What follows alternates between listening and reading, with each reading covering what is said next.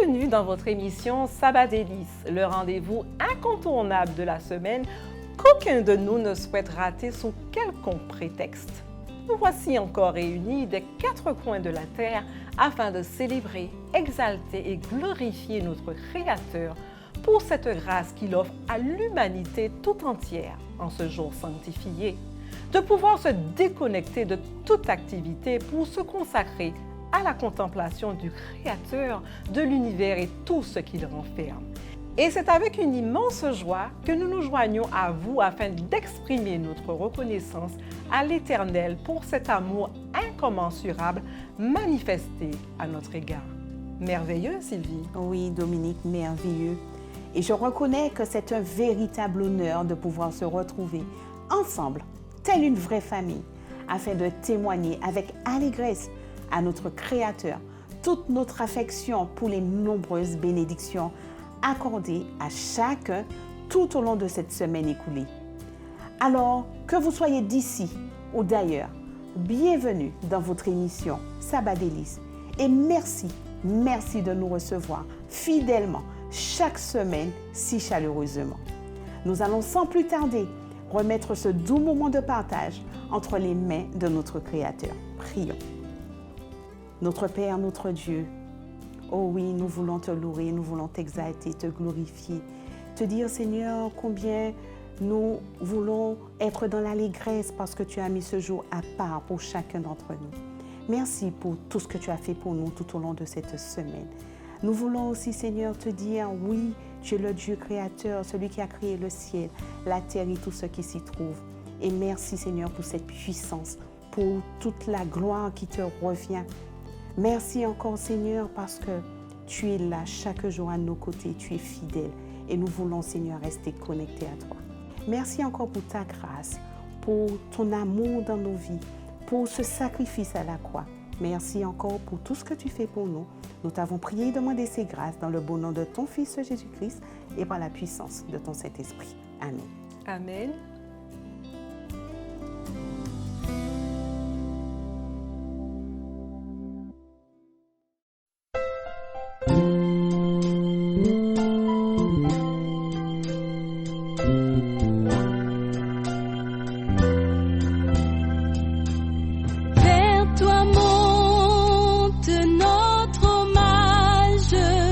Fils de Dieu, puissant sauveur,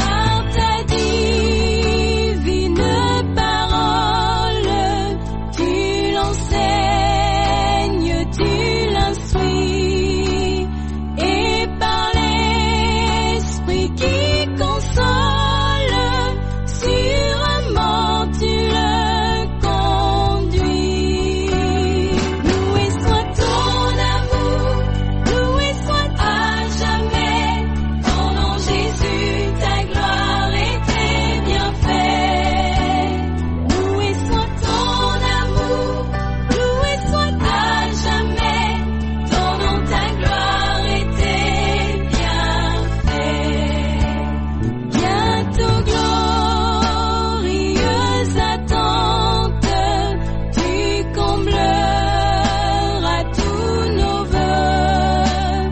Sur la nuit étincelante, tu viendras à nous des cieux. Loué soit ton amour, loué soit à jamais.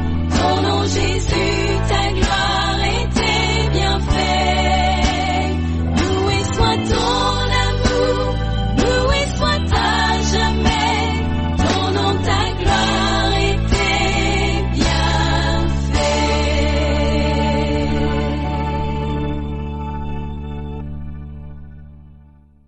Quoique trépidante, la semaine a fui pour laisser place à ce moment tant attendu, le sabbat de l'Éternel.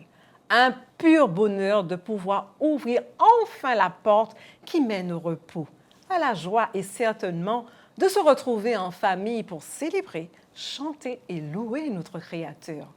Je partage cette pensée des retrouvailles en famille, unissant nos cœurs en Christ avec paix, dans l'allégresse que seul le sabbat peut nous procurer, au travers de tant de luttes, d'afflictions du quotidien. Alors, pourquoi s'en priver? Notons à cet effet qu'il n'y a pas de famille parfaite, que nous n'avons pas de parents parfaits. Nous ne sommes pas parfaits. Nous n'épousons pas une personne parfaite. Nous n'avons pas d'enfants parfaits. Nous nous plaignons souvent des uns et des autres. Oui, reconnaissons-le, Sylvie. Nous pouvons parfois être déçus.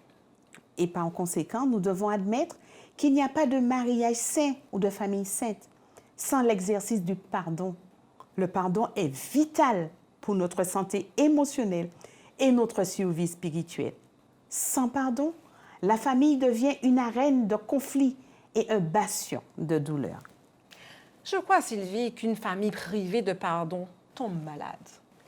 Et pour développer cette pensée, je dirais que le pardon est l'asepsie de l'âme, la purification de l'esprit et le sac du cœur.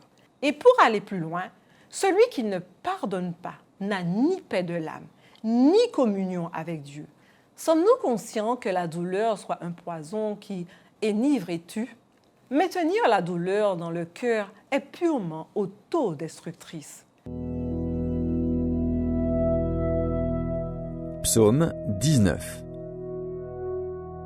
Au chef des chantres, psaume de David. Les cieux racontent la gloire de Dieu et l'étendue manifeste l'œuvre de ses mains. Le jour en instruit un autre jour, la nuit en donne connaissance à une autre nuit. Ce n'est pas un langage, ce ne sont pas des paroles dont le son ne soit point entendu. Leur retentissement parcourt toute la terre, leurs accents vont aux extrémités du monde, où il a dressé une tente pour le soleil. Et le soleil, semblable à un époux qui sort de sa chambre, s'élance dans la carrière avec la joie d'un héros. Il se lève à une extrémité des cieux et achève sa course à l'autre extrémité. Rien ne se dérobe à sa chaleur. La loi de l'Éternel est parfaite, elle restaure l'âme. Le témoignage de l'Éternel est véritable, il rend sage l'ignorant. Les ordonnances de l'Éternel sont droites, elles réjouissent le cœur. Les commandements de l'Éternel sont purs, ils éclairent les yeux. La crainte de l'Éternel est pure, elle subsiste à toujours. Les jugements de l'Éternel sont vrais, ils sont tous justes. Ils sont plus précieux que l'or, que beaucoup d'or fin.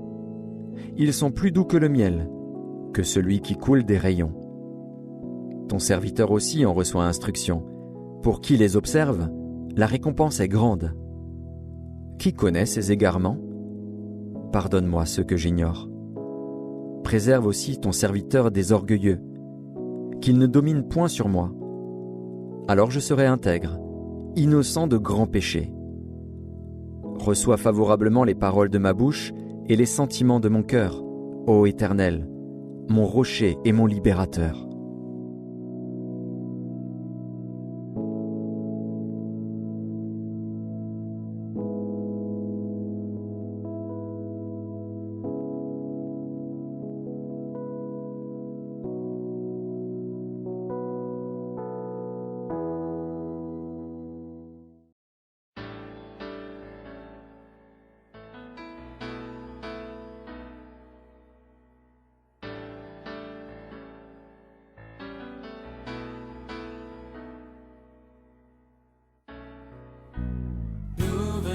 dans ta présence pour chanter tes louanges et notre reconnaissance de ce que tu as accompli. Tu nous as donné ta vie, ton amour et ta joie, et la louange envahit nos cœurs passionnés de toi. Tu es le Créateur puissant, l'agneau ressuscité. Toi seul as pu triompher de la mort et du péché. Tu as délivré ton peuple pour la vraie liberté. Je veux suivre tes pas, chaque jour être avec toi. Tu es le Créateur puissant, l'agneau ressuscité. Toi seul as pu triompher de la mort et du péché. Et tu as délivré ton peuple pour la vraie liberté. Je veux suivre tes pas, chaque jour être avec toi.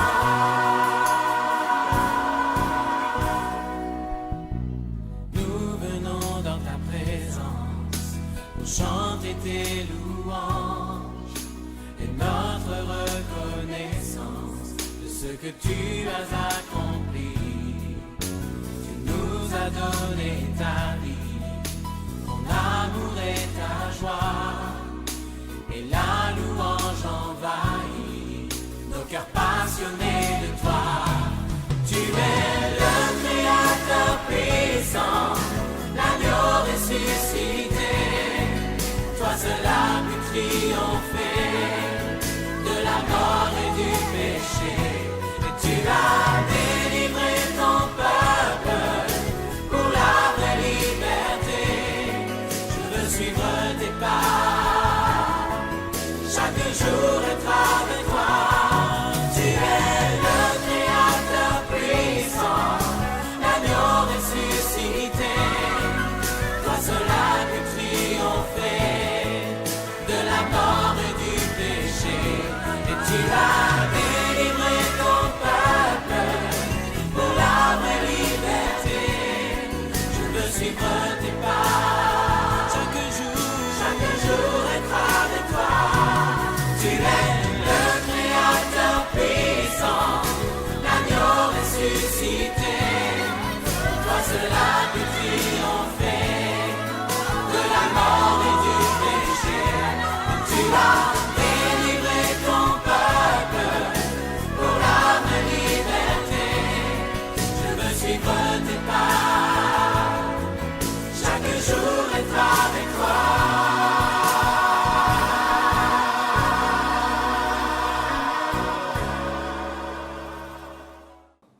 Maintenir la douleur dans le cœur est purement autodestructrice.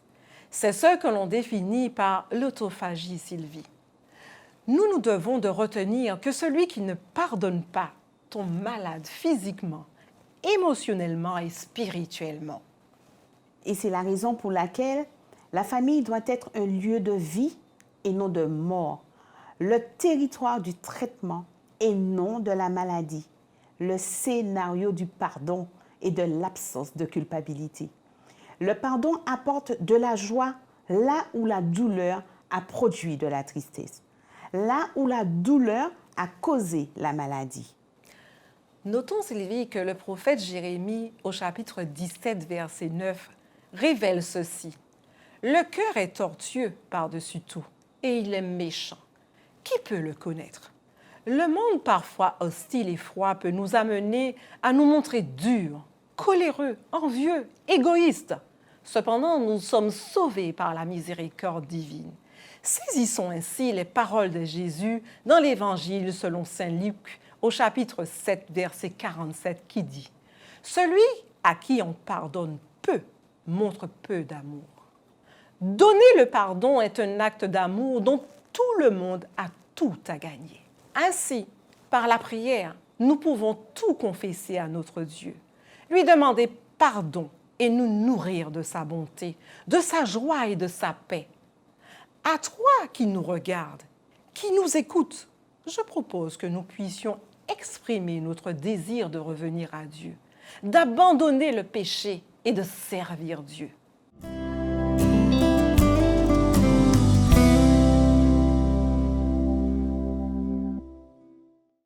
Vous venez de vivre un échec au niveau professionnel, familial ou financier. Vous avez probablement perdu un être cher ou un travail. Vous avez raté la promotion auquel vous aspiriez. Vous vivez un événement douloureux qui vous fait pleurer. Vous traversez une période très difficile à vivre. Vous êtes très triste, voire déprimé. Vous avez le sentiment d'aller d'échec en échec. Et dans ce contexte, une personne bien intentionnée vous déclare que Romains 8, verset 28 affirme que nous savons du reste que toute chose concourt au bien de ceux qui aiment Dieu, de ceux qui sont appelés selon son dessein. Ces paroles retentissent à vos oreilles. Vous ne comprenez pas.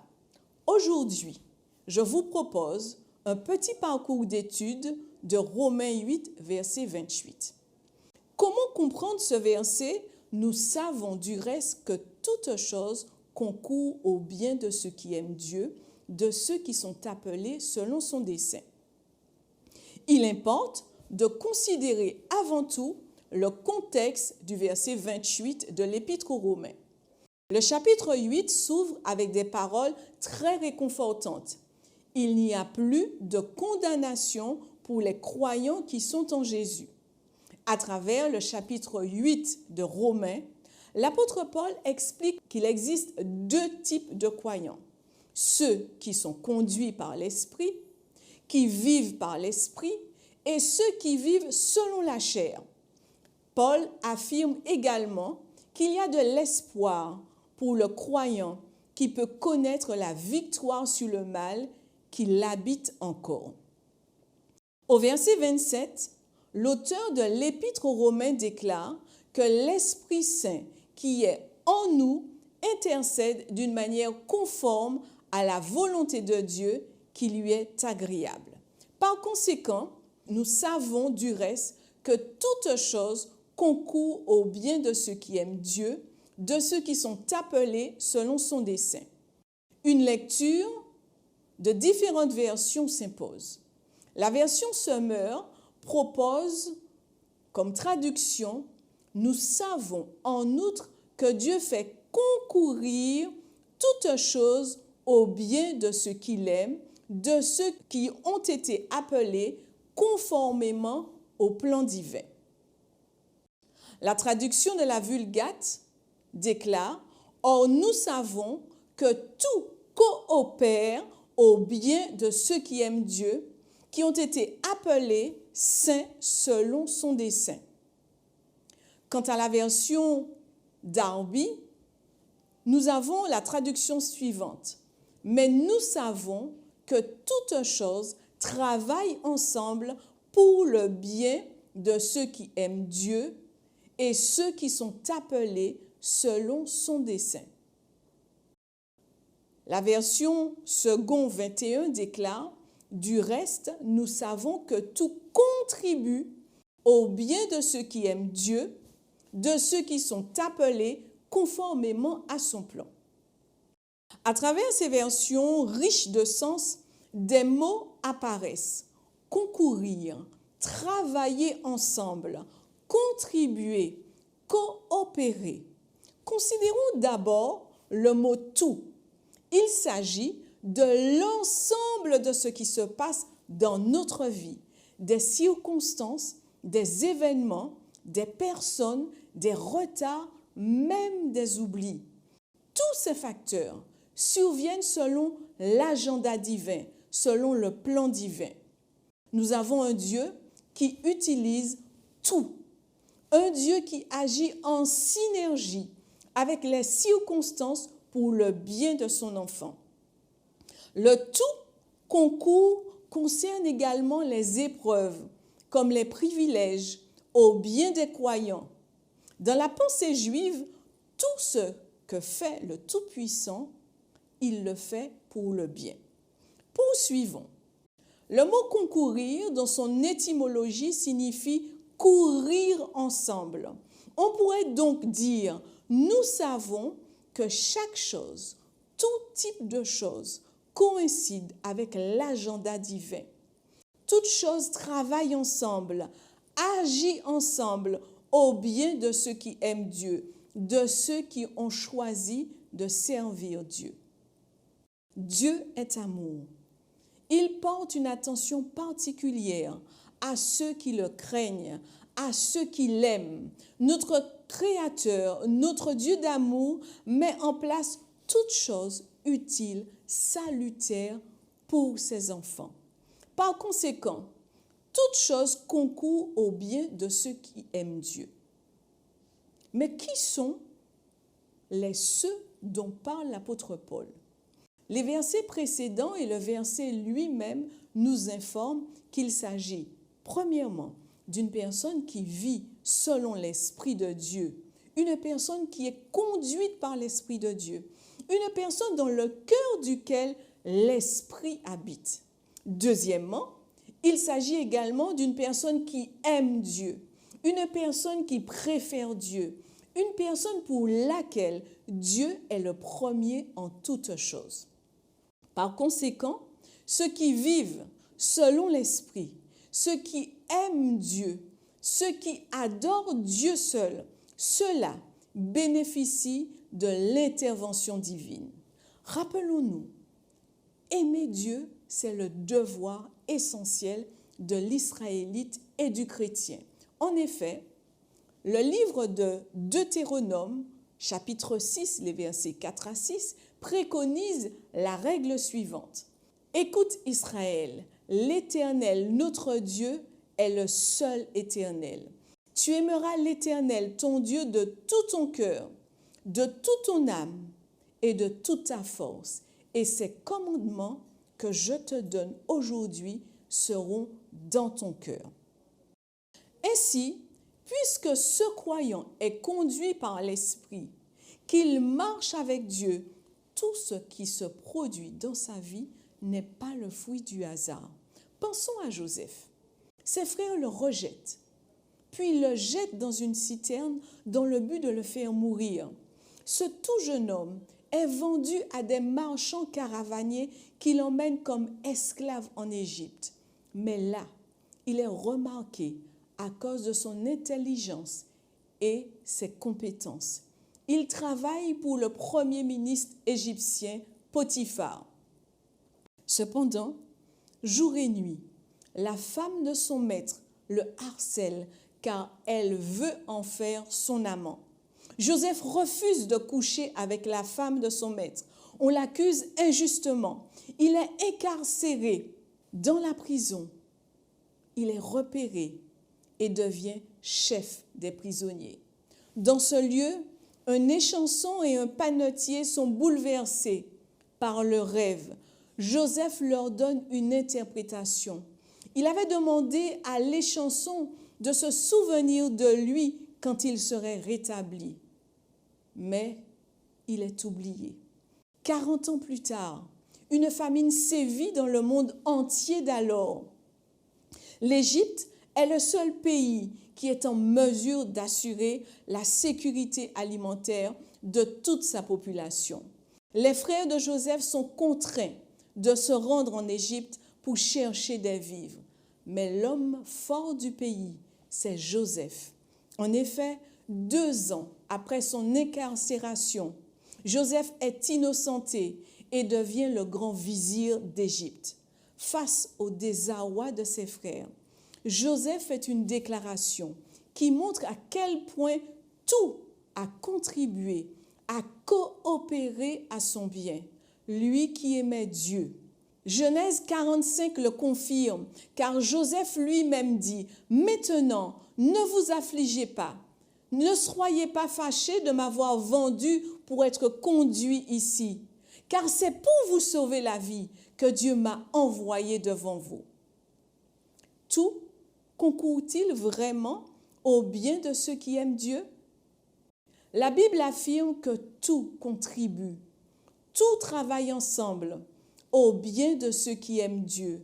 Oui, tout concourt au bien de celui qui aime Dieu. Oui, tout sauf le péché qui ne peut coopérer au bien. Le péché n'est pas contenu dans le mot tout. L'apôtre Paul déclare que ce tout ne concerne que ceux qui sont appelés selon son dessein. Ce verset 28 du chapitre 8 est une consolation, un encouragement dû aux difficultés de l'existence et de la période d'attente du retour de Jésus. Cependant, quelquefois, des événements nous surprennent par leur violence. Je pense à Job. Il perd toutes ses richesses. Il perd ses enfants, sa santé, et cela en une journée.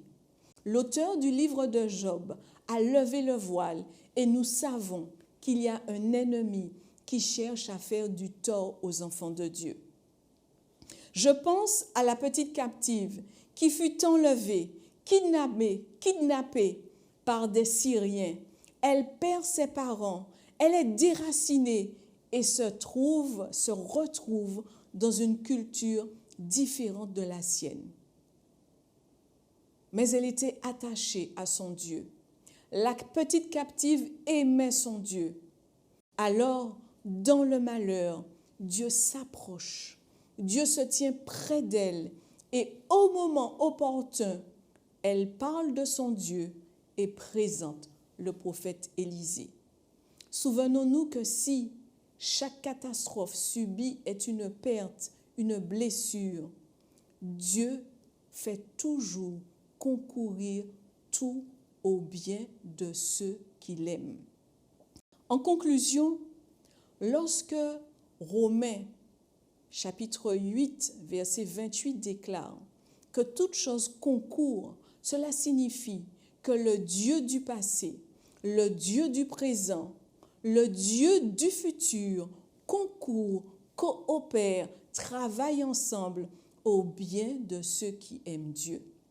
La phrase « toute chose concourt, travaille ensemble » implique le travail combiné de Dieu et des anges. En d'autres termes, tout ce qui arrive dans la vie d'un homme qui aime Dieu est nécessaire pour son bien, puisque c'est la combinaison de tout. Lamentation 3, verset 37, ne déclare-t-il pas « Qui dira qu'une chose arrive sans que le Seigneur l'ait ordonné ?» Peut-être que tu traverses des moments difficiles. Sache que tout concourt au bien de ceux qui aiment Dieu. Que Dieu nous aide à avoir une confiance inébranlable en lui, car il a un plan pour chacun de nous.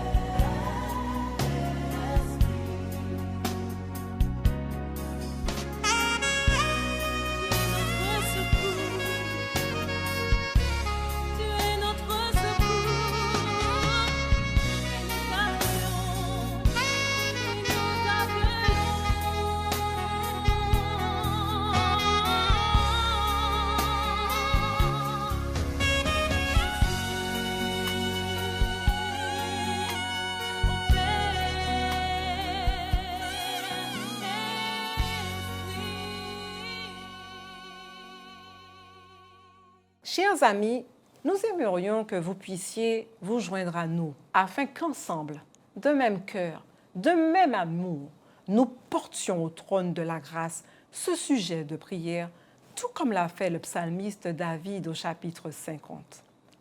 Pitié pour moi, mon Dieu, de ton amour, selon ta grande miséricorde. Efface mon péché. Lave-moi tout entier de ma faute. Purifie-moi de mon offense. Oui, je connais mon péché. Ma faute est toujours devant moi. Contre toi et toi seul, j'ai péché. Ce qui est mal à tes yeux, je l'ai fait. Ainsi, tu peux parler et montrer ta justice, être juge et montrer ta victoire. Moi, je suis né dans la faute. J'étais pécheur dès le sein de ma mère. Mais tu veux au fond de moi la vérité. Dans le secret, tu m'apprends la sagesse. Purifie-moi avec l'hysope et je serai pur. Lave-moi et je serai plus blanc que la neige. Fais que j'entende les chants et la fête.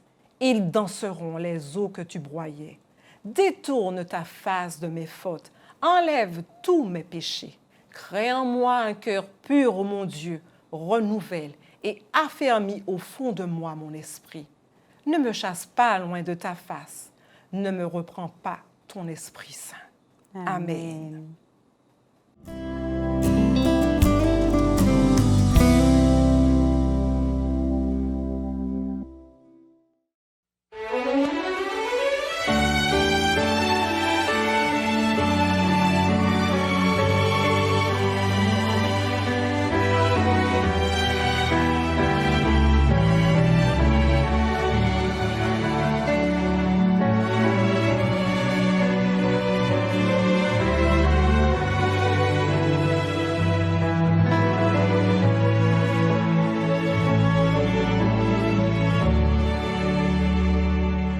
Chaque jour, de chaque instant qui passe, en Jésus, je peux me confier.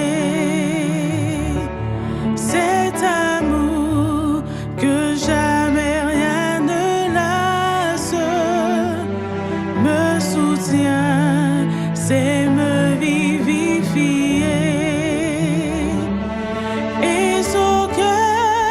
Si patient, si tendre, c'est pouvoir au besoin de ma foi. À lui seul, j'ai appris à m'attendre et je sais qu'il s'occupe de moi. Aide-moi à n'avoir confiance qu'en toi seul, mon maître, mon sauveur. Tu connais toutes mes défaillances, mon salut est selon ta faveur. Et son cœur si patient, si tendre, c'est pouvoir au besoin de ma foi. À lui seul, j'ai appris à m'attendre et je sais qu'il s'occupe de moi.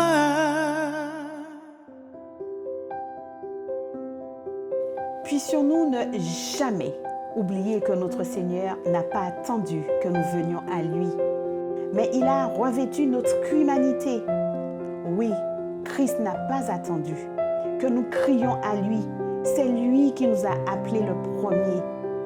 Et levons nos cœurs à notre Créateur et que tout ce qui est en nous adore le roi des rois, le Seigneur des seigneurs.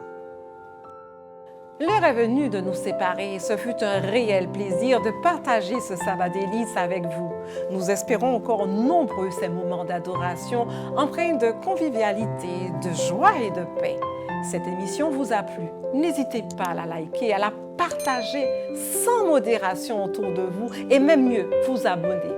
Sur ce, un bon sabbat délices à tous.